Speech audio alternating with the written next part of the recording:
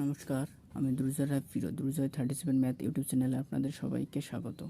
আজ আমি অনার্স প্রথম বর্ষের ফান্ডামেন্টাল অফ ম্যাথমেটিক্স নিয়ে আলোচনা করব। চ্যাপ্টার 7 ডি ময়ভারের উপপাদ্য নিয়ে আলোচনা করব। তাহলে চলো শুরু করা যাক। প্রথমেই আমরা ডি ময়ভারের উপপাদ্যটা আমরা সলভ করব। এটা একটা ভেরি ইম্পর্টেন্ট একটা ম্যাথ, যা প্রায় প্রতি বছরই প্রায় আসে ন্যাশনাল ইউনিভার্সিটির মধ্যে। তাহলে চলো শুরু করি। ডি ময়ভারের উপপাদ্য: এন যে কোনো বাস্তব সংখ্যা হলে cos theta plus i sine N sign theta তার পাওয়ার এন এর মান cos n theta plus i sine n theta, অথবা একটি মান cos n theta plus i sine n theta. তাহলে এটা আমাদের প্রমাণ করতে হবে। তাহলে প্রমাণ করতে হবে তিনটার মাধ্যমে। সেটা হচ্ছে এক নম্বরে বলছে এন যোগবোধক পূর্ণ সংখ্যা, অথবা 2 নম্বর বলছে বিয়োগবোধক পূর্ণ সংখ্যা হইলে cos theta plus i sine theta তার power n equal cos theta n theta plus i sine n theta. আর 3 নম্বরে বলছে n যোগবোধক অথবা বিয়োগবোধক ভগ্নাংশ হলে cos theta plus i sine n theta এর একটি মান cos n theta plus i sine n theta. নিম্নে n এর বিভিন্ন মানের জন্য উপপাদ্যটি প্রমাণ করা হলো। তাহলে এটা আমরা এখন প্রমাণ করব। তাহলে আমরা প্রথমেই এক নাম্বারটা সলভ করব। এক নাম্বারে বলছে এন যোগবোধক পূর্ণ সংখ্যা হলে এন যে কোনো যোগবোধক পূর্ণ সংখ্যা হলে cos theta plus i sine theta তার পাওয়ার হচ্ছে n equal cos n theta plus i sine n theta. তাহলে এটা বের করতে হবে। তাহলে আমরা প্রথমে প্রমাণ করি।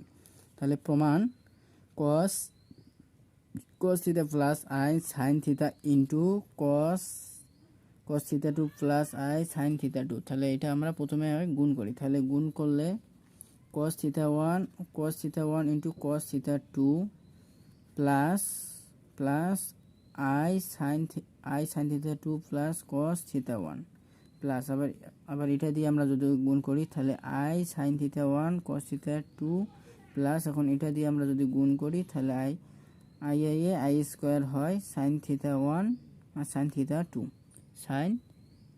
2 তাহলে equal cos theta 1 cos theta 2 minus কীভাবে আসলো? আই স্কোয়ারের মান, এখানে আই স্কোয়ার মান হচ্ছে মাইনাস 1, সেহেতু এখানে মাইনাস নিলাম, মাইনাস, আর এখানে আছে sign theta 1 sine theta 2 plus. এখন এখান থেকে যদি আমরা আই কমন নেই তাহলে এখানে পাই sine theta 1 cos theta 2 plus cos theta 1 sine theta 2।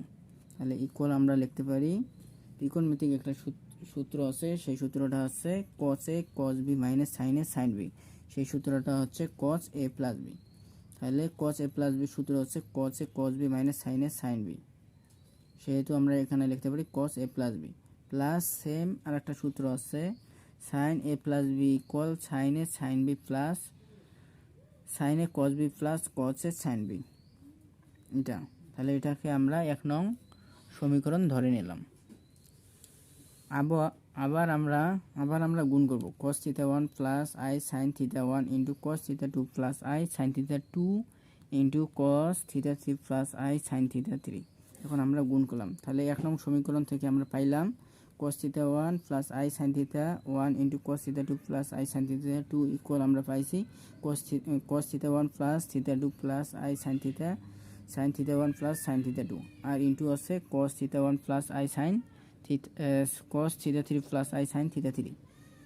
তাহলে এখন এটা দিয়ে আবার যদি আমরা গুণ করি তাহলে এটাকে আমরা পাবো cos theta 1 plus theta 2 plus theta 3 plus i sine theta 1 plus sine theta 2 plus sine theta 3 আমরা পাইলাম।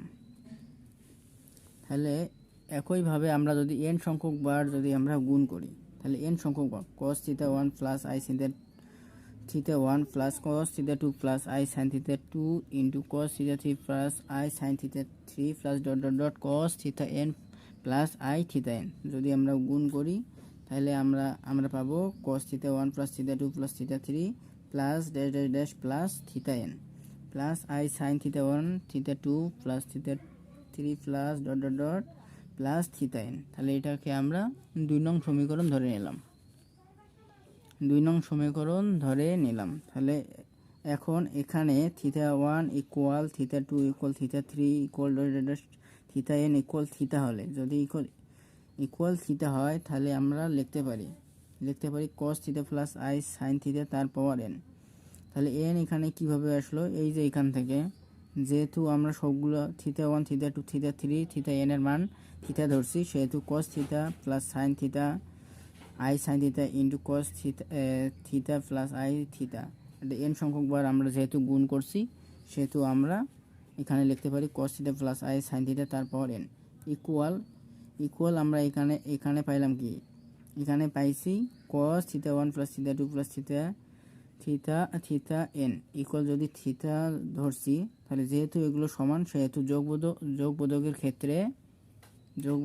ক্ষেত্রে আমরা লিখতে পারি n θ। এটা একটা সূত্র, থিতার মান যদি সমান হয় তাহলে θ প্লাস θ ইকুয়াল আমরা লিখতে পারি n θ। এটা একটা যোগবোধকের ক্ষেত্রে সূত্র, সেহেতু আমরা এখানে লিখতে পারি cos n θ plus i sin θ। এটা এখন আমরা তিন নম্বর সমীকরণ ধরলাম। তাহলে সুতরাং এই উপপাদ্যটি যে কোনো যোগবোধক পূর্ণ সংখ্যার জন্য সত্য, যে কোনো যোগবোধক পূর্ণ সংখ্যার জন্য সত্য। এখন আমরা বিয়োগবোধক পূর্ণ সংখ্যার ক্ষেত্রে আমরা ডি-মাইক্রন উপপাদ্যটা প্রমাণ করব। এবার 2 নম্বরে আমরা বের করব যে যখন n বিয়োগবোধক পূর্ণ সংখ্যা, তাহলে n যে কোনো বিয়োগবোধক পূর্ণ সংখ্যা হলে cos θ প্লাস i sin θ তার power n equal cos n θ plus i sin n θ। তাহলে এটা বিয়োগবোধকের ক্ষেত্রে আমরা প্রমাণ করব। তাহলে ধরি n ইকুয়াল মাইনাস m, যেখানে m হচ্ছে যোগবোধক পূর্ণ সংখ্যা, তাহলে আমরা লিখতে পারি, তাহলে এখান থেকে আমরা লিখতে পারি cos θ প্লাস i sin θ তারপর n ইকুয়াল আমরা লিখতে পারি cos θ প্লাস i sin θ তারপর হচ্ছে মাইনাস m, যেহেতু আমরা n ইকুয়াল মাইনাস m ধরে নিয়েছি। তাহলে এটা ইকুয়াল আমরা লিখতে পারি ইকুয়াল 1 বা cos θ প্লাস i sin θ তারপর m। তাহলে 1 নং সমীকরণে যোগবোধক পূর্ণ সংখ্যার ক্ষেত্রে আমরা পেয়েছি কি cos θ প্লাস i sin θ তারপর n ইকুয়াল আমরা পাইছি cos θ n θ plus i sin θ। যেহেতু আমরা এখানে mটা ধরে নিয়েছি, ওখানে n ছিল যোগবোধক পূর্ণ সংখ্যা, আর এখানে আমরা m ধরে নিয়েছি যোগবোধক পূর্ণ সংখ্যা, সেহেতু এখানে m হবে cos m θ plus i sin m θ। তাহলে এখন ইকুয়াল, যেহেতু এখানে i হচ্ছে কাল্পনিক একটা মান, সেহেতু এটাকে আমরা এই আইটা এখানে সরাবো, সেহেতু এখানে cos m θ plus i sin m θ এর বিপরীত মান দ্বারা উভয় পক্ষে গুণ দেব। তাহলে এর বিপরীত মান হচ্ছে cos m θ minus i sin m θ, উভয় পাশে লব এবং হরকে আমরা গুণ করলাম। তাহলে গুণ করলে cos m θ minus sin m θ, এটা দ্বারা এটা গুণ করলে এখানে cos square m θ plus sin square m θ হয়। তাহলে আমরা ত্রিকোণমিতিক সূত্র জানি cos square m θ plus sin square θ equal 1, সেহেতু আমরা এখানে লিখতে পারি cos m θ equal minus i sin m θ। তাহলে ইকুয়াল আমরা এখানে ধরে নিলাম cos মাইনাস m θ, তাহলে cos মাইনাস m θ যা কথা cos m θ একই কথা, তাহলে এটা ইকুয়াল এটা আমরা লিখতে পারি।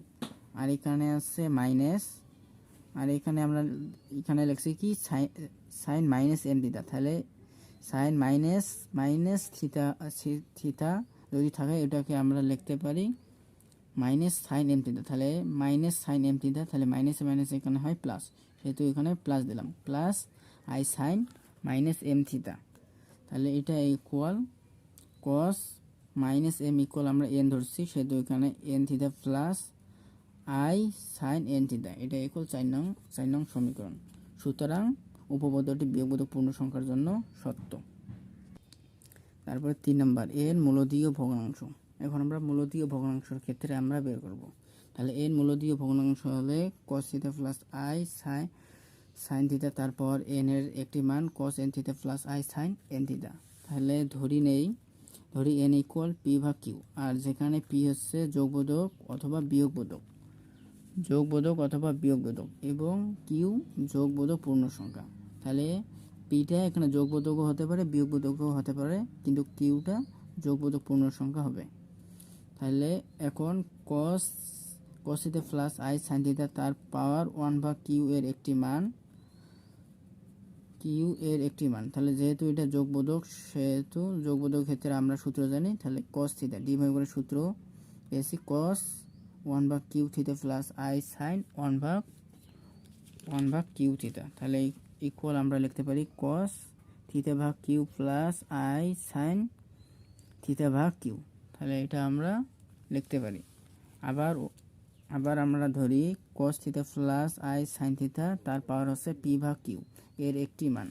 তাহলে আমরা কি জানি, যেহেতু কিউটা যোগবোধক সেহেতু আমরা যোগবোধকের সূত্র হিসাবে আমরা লিখতে পারি cos থিটা ভাগ q plus i sine theta ভাগ কিউ, তার পাওয়ার হচ্ছে পি। তাহলে এটা ইকুয়াল আমরা লিখতে পারি পি যদি বিয়োগ বোধক বা যোগবোধকের জন্য আমরা লিখতে পারি একই cos পি ভাগ q theta plus i sine p ভাগ q theta equal cos n theta plus i sine n theta. তাহলে আমরা এখানে ধরে নিয়েছি পি ভাগ কিউ ইকুয়াল এন, সেহেতু আমরা এখানে এন বসে নিলাম। তাহলে N theta plus I N theta. তাহলে সুতরাং আমরা লিখতে পারি cos theta plus i sine theta, তারপর এন এর একটি মান cos n theta plus I N theta. সুতরাং উপপাদ্যটি মূলদীয় ভগ্নাংশের জন্য সত্য। এটাই হচ্ছে উপপাদ্যটির প্রমাণ।